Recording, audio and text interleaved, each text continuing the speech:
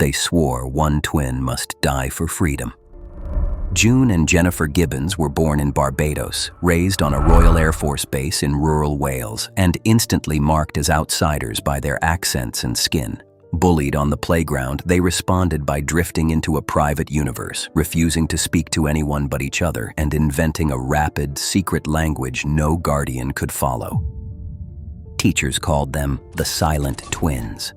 Behind that silence, they wrote nonstop, hundreds of diary pages filled with gothic love triangles, betrayals, and arson fantasies that ended in cleansing fire.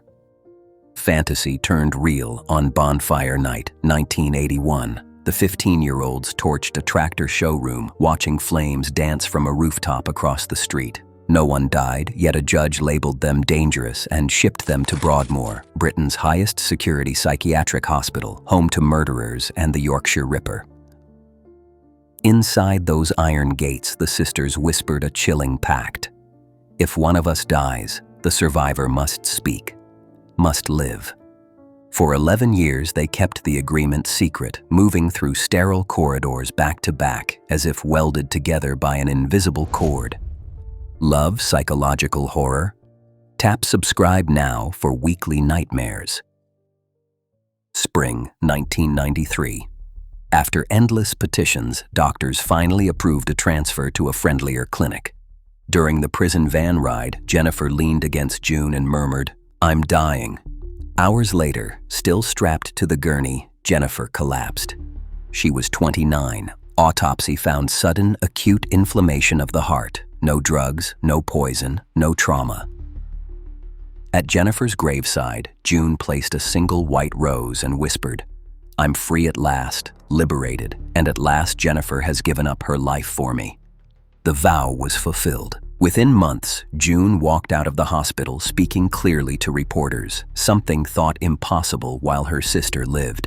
Today she works quietly in West Wales, refusing most interviews, yet her first published poem ends with two haunting words, "Forgive me." So what killed Jennifer?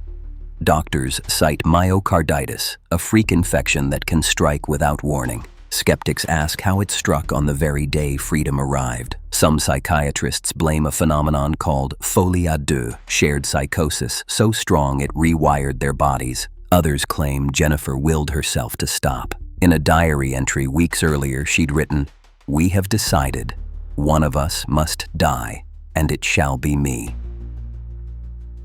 Their tragedy keeps echoing. A BBC documentary probed the case in the 90s. Journalists uncovered notebooks stuffed with coded poems about sacrifice. In 2022, Hollywood adapted their lives into a film titled The Silent Twins, reviving debate over whether love or rivalry guided the final act. Here's a fresh look at one diary sentence never fully decoded. "The fatal day is near when one soul sets the other free." Pause now, screenshot, and see if you can untangle its hidden meter. Was it prophecy or pure fiction? Comment below, sacrifice, coincidence, or medical mystery. Then hit subscribe before our next psychological nightmare arrives.